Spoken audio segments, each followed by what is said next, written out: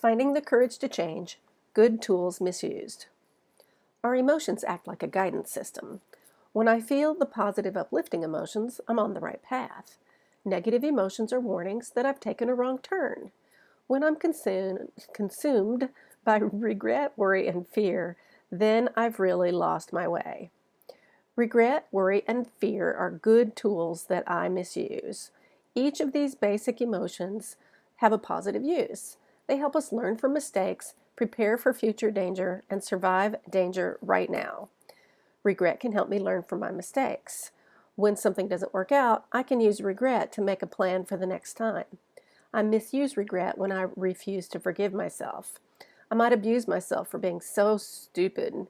I lose my way when I live in the past, wishing that I could change that terrible decision. Worry can act like a safety checklist. Pilots don't even push away from the gate until they've checked that every system is working correctly. Checklists save lives in many situations.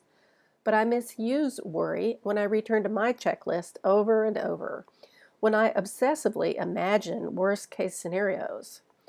I become frozen because I've convinced myself that there is no safe action.